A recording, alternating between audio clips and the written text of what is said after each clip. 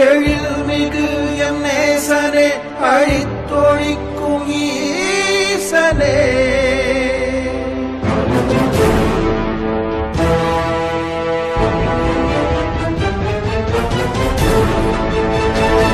இல்லாமலாடும் பந்தமே கல்லாகி நிற்கும் மூங்கவே கல்லாயங்கட்கு சொந்தமே எல்லா உயிர்